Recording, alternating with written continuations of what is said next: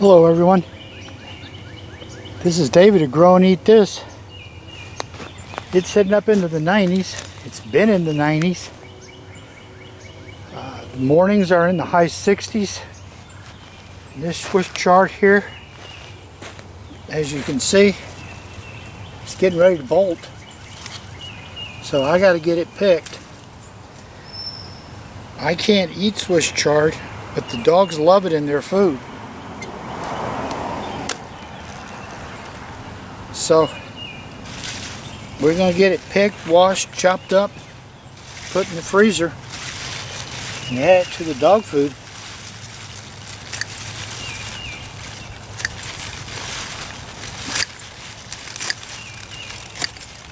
It's beautiful Swiss chard, but it's not much use to any of us once it sprouts.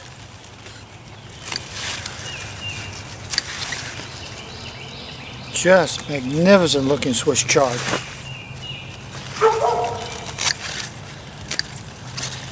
Additionally, I'll come back. Gracie doesn't like me being out here. I'm going to come back and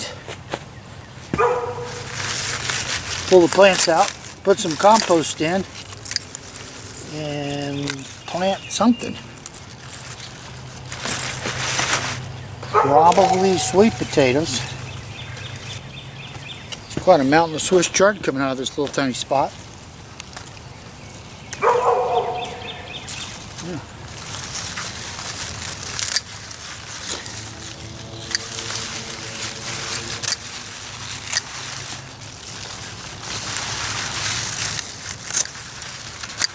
We've been picking on this all winter for the dogs, so the results have just been spectacular. So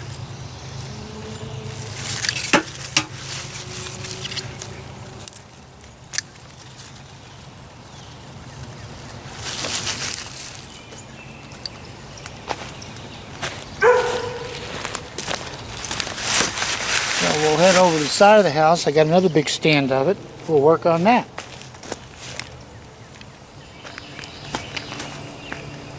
Alright, here's the other stand of Swiss chard.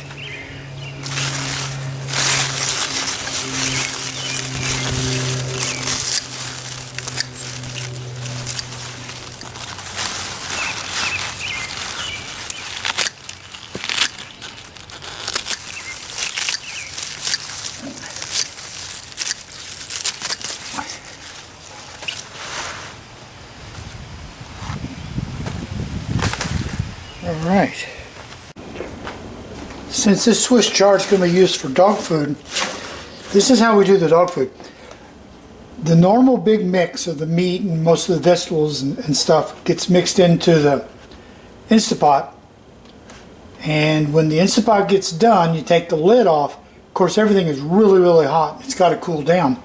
At that point, the Swiss chard can go in, and it blanches, wilts, cooks a little bit, whatever, but it doesn't get real smelly. Now, what that'll mean is that it's still really fresh, but it doesn't smell enough so it doesn't make me sick. So I bring it in, and I've washed this, rinsed this off, washed it to get any bugs or anything off of it, caterpillars, and it goes then. Then it goes on some towels, because I don't want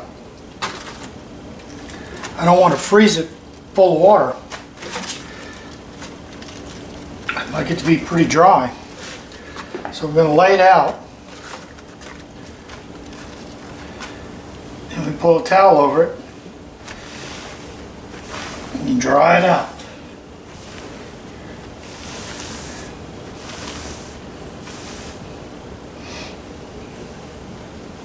Now I've already done like 6 2-quart bags of this, so I'm getting down toward the end of it. But the process has been the same all the way through. So then we're going to come down here with the stuff that we've dried out, and we're going to chop it up pieces because we want it to, you know, do the little bit of blanching or cooking in the dog food very, very quickly.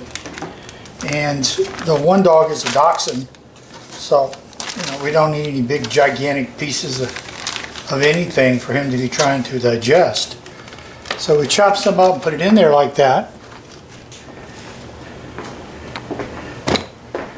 And now I got the next batch to do, and someone is keeping a very close eye because she does love her greens. So we're going to get this last little batch here. Now there's one more little batch over there. And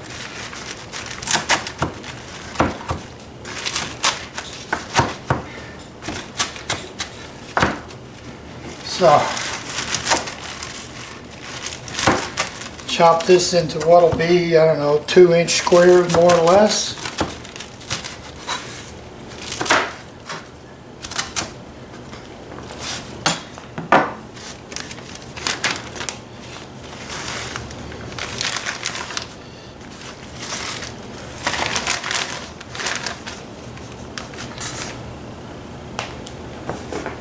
One more bag.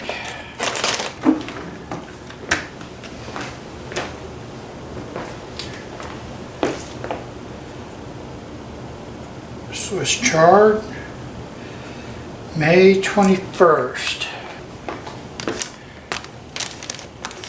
Then we want to take this bag here that's finished. If you kind of fold it over on the end, you can keep the stuff from squeezing out into the Ziploc tracks.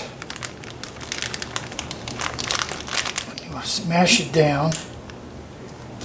Let's see how you can do getting it ziplocked. If you do pretty well, you can see you've kind of got a nice tight seal there. So we can put this one in the freezer for them, and it will last us for months and months. Here in the summertime, when there's plenty of fresh vegetables, we won't use it. We'll save this for the winter time when good quality vegetables are hard to come by. So here we are. I think this makes either 8 or 9. This one's not the really full. Not the fullest of them. The other ones are really stuffed. But this will make 8 or 9 2-quart bags. So this will just be a wonderful amount of food to add for the dogs, giving them a really nutritious diet. So this is David at Grow and Eat This. We've done from cutting the Swiss chard to bringing it inside, which actually I washed it. The initial washing was outside, soaking in a big tub for a while. Then we brought it inside and rinsed it out, dried it off, chopped it into 2-inch squares, and it's headed into the freezer. So not too bad for about an hour and a half's work. We had Swiss chard for feeding to the dogs that'll last for months. So thank you for watching. Please subscribe. There's a lot going on this time of year in the garden. This is David, Lawrenceville, Georgia.